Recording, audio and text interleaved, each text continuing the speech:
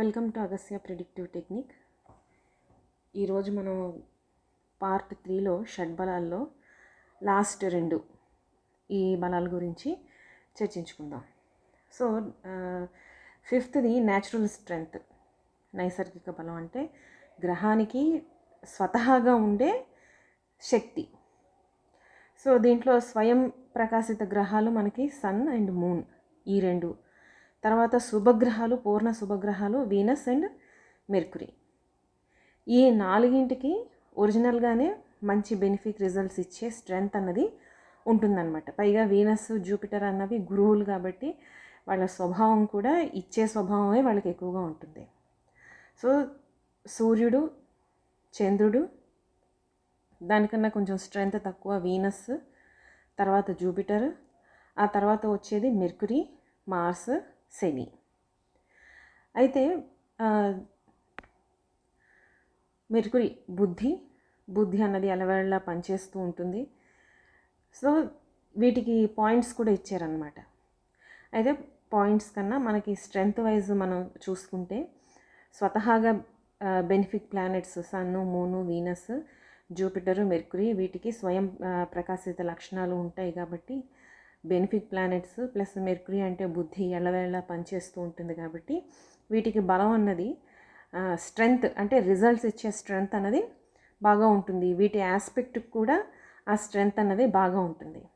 అయితే ఈ మార్స్, శని ఈ రెండింటి దగ్గరికి వచ్చేసరికి ఇవి వీక్ ప్లానెట్స్ కంపారిటివ్గా మిగిలిన వాటితో కంపేర్ చేస్తే వీళ్ళకి పాయింట్స్ కూడా 17 and 10 ఇంతే ఇచ్చారు. సో వీటికి ఈ న్యాచురల్ స్ట్రెంగ్త్ రావాలి అంటే మళ్ళీ అక్కడ అవి ఉచ్చ స్థితిలో ఉన్నాయా, నీచ స్థితిలో ఉన్నాయా, ఫ్రెండ్లీ ప్లానెట్స్తో ఉన్నాయా, కలిసి ఉన్నాయా, వీటిని ఎవరైనా ఆస్పెక్ట్ చేస్తున్నారా, వీటి స్థానబలం ఏంటి, వీటి చేష్టా బలం ఏంటి, అవన్నీ చూసుకుంటూ వీటి స్ట్రెంగ్త్ని మనం క్యాలిక్యులేట్ చేయాలన్నమాట. నెక్స్ట్ వచ్చేది దృక్బలం అంటే aspect. Strength based upon the positive and negative aspect of the planet. ఒక ప్లానెట్కి ఫ్రెండ్లీ ప్లానెట్ ఆస్పెక్ట్ చేస్తుందా, మనం ముందు శత్రు, అతిమిత్ర, అతి శత్రు ఇవి ఆస్పెక్ట్ చేస్తున్నాయా, పర్మనెంట్ ఫ్రెండ్షిప్ ఉందా వాటి మధ్య, నైసర్గిక ఫ్రెండ్షిప్ ఉందా, ఇవి చూసుకుంటూ ఆ ప్లానెట్ తాలూకా స్ట్రెంగ్త్ని మనం ఐడెంటిఫై చేయాలన్నమాట. అయితే మార్స్కి ప్రత్యేకమైన ఆస్పెక్ట్స్ ఉన్నాయి. 4th aspect, 7th aspect, 8th aspect. ఒకవేళ ఇవి మార్స్ చూస్తున్న ప్లానెట్ పాజిటివ్, ఈ రెండిటికి మధ్య ఫ్రెండ్లీ ఆస్పెక్ట్స్ ఏమైనా ఉన్నాయి అంటే ఇది పర్వాలేదు, బాగానే ఉంటుంది. ఎలా ఉన్నా కూడా మార్స్ అన్నది ఎప్పుడూ పుష్ చేస్తూ ఉంటాడనమాట. ఆ వ్యక్తి కామ్గా ప్రశాంతంగా ఉన్న వ్యక్తిని పుష్ చేస్తూ ఉంటాడు. ఎందుకంటే అది ఎనర్జీ. మార్స్ అనేది ఫిజికల్ స్ట్రెంగ్త్, ఫిజికల్ యాక్షన్, అది కూడా quick action without thought. So అలా క్విక్ మూమెంట్ తనకి బాగుంటుంది. కాబట్టి మనకు కూడా అలాంటి ఫ్రెండ్ ఎవరైనా ఉన్నారు అంటే వాళ్ళు 24 గంటలు పద వెళ్దాం, ఇక్కడికి వెళ్దాం, అక్కడికి వెళ్దాం, ఇది చేద్దాం, అది చేద్దాం, కామ్గా కూర్చోవడం, ప్రశాంతంగా కూర్చోవడం లాంటివి వాళ్ళకి ఇష్టం ఉండవు. ఫిజికల్లీ మూమెంట్ వాళ్ళకు ఉండాలి. ఆ మూమెంట్ వాళ్ళకి కిక్ ఇస్తుంది అనమాట. సో అలాంటి ఆస్పెక్ట్ ఉంటుంది మార్స్కి. జూపిటర్ పంచమం, సప్తమం, 9th ఈ ఆస్పెక్ట్స్ ఉంటాయి. సో జూపిటర్ పూర్ణ శుభుడు, గురువు. ఈ ఆస్పెక్ట్స్ ఏంటంటే జ్ఞానాన్ని చదువుకోమని ఆ ఏరియాలో వర్క్ చేయడానికి జాతకుడు ఇష్టపడతాడు. సో గురువు జూపిటర్ తాలూకా బ్లెస్సింగ్స్ కూడా ఉండి జన్మజాతకంలో 9th హౌస్, 9th లార్డ్ కూడా స్ట్రాంగ్గా ఉన్నాడు అంటే ఆ గురుదయ వల్ల ఆ విద్యని తొందరగా నేర్చుకోవడానికి వీలుంటుంది. అలానే శని 3, 7, 10 ఆస్పెక్ట్స్ ఉంటాయి శనికి. Shani is all about responsibilities, time management, time punctual. So ఇలాంటి అలానే న్యాయం, ధర్మం, rules and regulations, rules break చెయ్యడు. సో ఇలాంటి ఆస్పెక్ట్స్ని శని ఈ 3rd aspect, 7th and 10th ఆస్పెక్ట్స్కి అక్కడ ఉన్న ప్లానెట్స్కి పుష్ చేస్తూ ఉంటాడనమాట. ఒకవేళ శని ఆ లగ్నానికి పాపి అయ్యి అప్పుడు ఆస్పెక్ట్ చేస్తున్నాడు అంటే అక్కడ మళ్ళీ delay, postponement, laziness, troubles, hurdles, అడ్డంకులు, ఇవన్నీ గొడవలు, లిటిగేషన్స్, ఈ రాహుకేతుల ఇన్వాల్వ్మెంట్ ఉందంటే ఇంకా మిస్లీడింగ్, మిస్జడ్జ్మెంట్స్, మిస్కాలిక్యులేషన్స్ ఇవన్నీ జరుగుతూ ఉంటాయి. సో ఆస్పెక్ట్ అనేది పాజిటివ్గా ఉందా నెగిటివ్గా ఉందా అని చూసుకుంటూ అప్పుడు మనం ప్లానెట్ తాలూకా స్ట్రెంగ్త్ని ఐడెంటిఫై చేయాలి. అది కూడా మనకు ఆ దశాభుక్తులు ఎప్పుడైతే నడుస్తూ ఉంటాయో అప్పుడే మనకి రిజల్ట్స్ కనిపిస్తూ ఉంటాయి అన్నమాట. సో మనం జాతక చక్రం ఒక వ్యక్తి తాలూకా జన్మజాతకం తీసుకొని చదివేటప్పుడు అందులో మనం చూడాల్సింది D1లో ప్లానెటరీ స్ట్రెంగ్త్ అనేది ఎలా ఉంది అన్ని ప్లానెట్స్కి. అలానే D9లో స్ట్రెంగ్త్ ఎలా ఉంది అన్ని ప్లానెట్స్కి, ఉచ్చస్థితిలో ఉన్నాయా, మూల త్రికోణంలో ఉన్నాయా.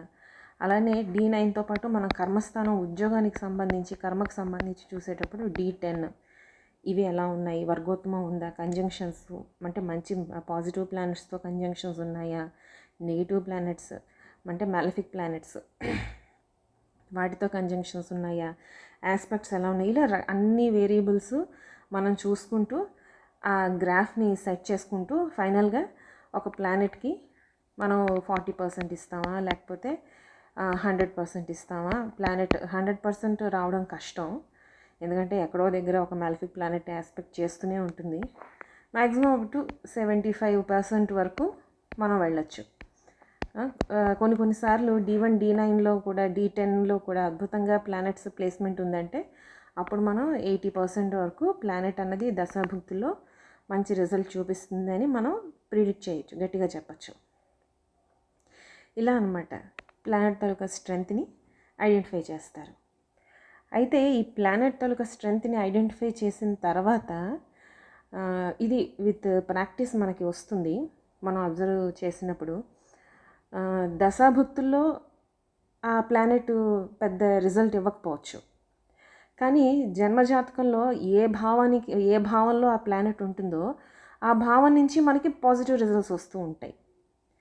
సో చార్ట్లో పనిచేస్తాడు, కానీ దశాభుక్తుల్లో రిజల్ట్ కనిపించకపోవచ్చు. కొన్నిసార్లు రివర్స్, మనకి భావం చెడిపోతూ ఉంటుంది, అక్కడ వ్యక్తులతో గొడవలో, లిటిగేషన్స్, ఏవో ఒకటి మనస్పర్ధలు ఏవో ఒకటి జరుగుతూ ఉంటాయి.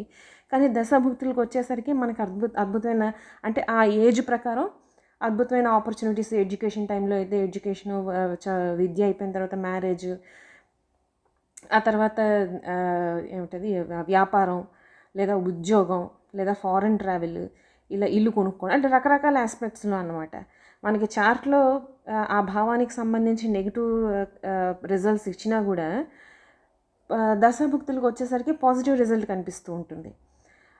సో దీన్ని ఏంటంటే మనం జాగ్రత్తగా అంటే కొంత ప్రాక్టీస్ చేయాలి, ఒక 3-4 ఇయర్స్ ప్రాక్టీస్ చేస్తే అప్పుడు మనకి అర్థమవుతుంది, ఓకే ఇక్కడ పని చేయకపోయినా అక్కడ రిజల్ట్ కనిపిస్తుంది అని.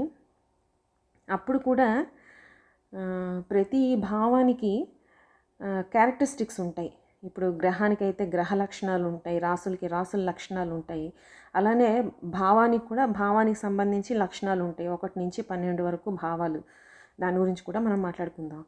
అలానే వీటిలో ఏంటంటే కొన్ని నిర్జీవ కారకత్వాలు, కొన్ని జీవకారకత్వాలు ఉంటాయి. సో ఆ ప్లానెట్ అనేది నిర్జీవ కారకత్వాల్లో రిజల్ట్ ఇస్తుందా, జీవకారకత్వాల్లో రిజల్ట్ ఇస్తుందా అన్నది మనం కరెక్ట్గా చెప్పాలి అంటే మనకు ఒక 5-10 సంవత్సరాల ఎక్స్పీరియన్స్ రావాలి, అప్పుడు మనకి అర్థమవుతుందన్నమాట. సో దీన్ని బట్టి మన ప్లానెట్ తాలూకా స్ట్రెంగ్త్ని ఐడెంటిఫై చేయొచ్చు. దీని తర్వాత అవస్థలు, ప్లానెట్స్ తాలూకా అవస్థలు, ఈ ఆడ్ సైన్స్లో ఎలా ఉంటుంది, ఈవెన్ సైన్స్లో ఉంటుంది, ఏ ప్లానెట్ ఏ డిగ్రీస్లో ఉంటే ఎలా పనిచేస్తుంది, తర్వాత లజ్జితాది అవస్థలు, తర్వాత దీప్తాది అవస్థలు అని కొన్ని ప్లానెట్స్ని మళ్ళీ ఫర్దర్గా డివైడ్ చేశారు. సో వాటిని కూడా నెక్స్ట్ వీడియోస్లో ఆ పార్ట్ కూడా కవర్ చేస్తాను. సో ఇదన్నమాట టోటల్గా. ఎప్పుడైనా మనం జన్మజాతకం తీసుకున్నప్పుడు మనం అట్లీస్ట్ ఒక 30-40 మినిట్స్ ఆ జాతకంలో అన్ని ఆస్పెక్ట్స్ చూసుకుని, కంగారు ఏం లేదు. మన చార్ట్ తీసుకున్న తర్వాత మనం ఒక 48 అవర్స్ నుంచి అంటే 2 డేస్ నుంచి 1 వీక్ వరకు మనం టైం తీసుకొని వాళ్ళకి టైం స్లాట్ ఇచ్చి ఈలోపు మనం జాతకాన్ని జాగ్రత్తగా చూసుకోవాలి. అంటే ప్రాక్టీస్ చేస్తూ ఉంటే వితిన్ 10-15 మినిట్స్లో మనం చదివేయచ్చు. ఒక 2-3 ఇయర్స్ ప్రాక్టీస్ తర్వాత మనకి అర్థమైపోతుంది. అయినా కూడా అది ఒక వ్యక్తి యొక్క జాతకం, అది చాలా చాలా ఇంపార్టెంట్, అది జీవితం. అలానే మనం జ్యోతిష్యం నేర్చుకొని కొంతమంది అయితే సెకండ్ ఒపీనియన్కి, థర్డ్ ఒపీనియన్కి వేరే వేరే ఆస్ట్రాలజర్స్ దగ్గరికి వెళ్తూ ఉంటారు. అలాంటి వాళ్ళతో ప్రాబ్లం లేదు. కానీ కొంతమంది మటుకు ఒక ఆస్ట్రాలజీ దగ్గరికి వెళ్ళి వాళ్ళు చెప్పింది చాలా స్ట్రాంగ్గా బిలీవ్ చేస్తారు. సో అలాంటప్పుడు ఏంటంటే మనం చాలా జాగ్రత్తగా మాట్లాడాలి. వాళ్ళకి ఏం అర్థమవుతుంది, మనం చెప్పింది వాళ్ళకి అర్థమవుతుందా లేదా అనేది మళ్ళీ వాళ్ళని ఒకసారి క్వశ్చన్ అడిగి కన్ఫర్మ్ చేసుకోవాలి. అలానే జాతకం కూడా ఒక 30 to 40 minutes జాగ్రత్తగా చూడాలి. సో అది వెరీ ఇంపార్టెంట్ అనమాట.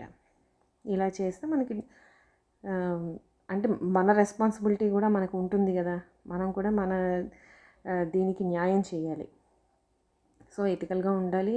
ఎప్పుడు అనారోగ్యం గురించి ప్రిడిక్ట్ చేయొచ్చు కానీ డెత్ గురించి ఎప్పుడూ మనం ప్రిడిక్ట్ చేయకూడదు. యాక్చువల్గా మనం ప్రిడిక్ట్ చేసినా అది జరగదు ఆ టైంకి.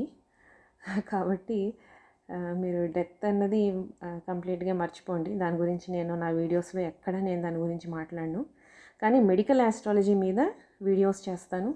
ఒక్కొక్క భావానికి ఒక్కొక్క ప్లానెట్ శరీరంలో మనకి తల మీద ఉన్న వెంట్రుక దగ్గర నుంచి కాలి గోరు వరకు ఏ గ్రహాలు, ఏ రోగాలు, ఎలా వీటి ప్రభావం అన్నది ఎలా ఉంటుంది అనేది మనం డీటెయిల్డ్గా నేను కవర్ చేస్తాను. Keep watching Agastya predictive technique. Thank you.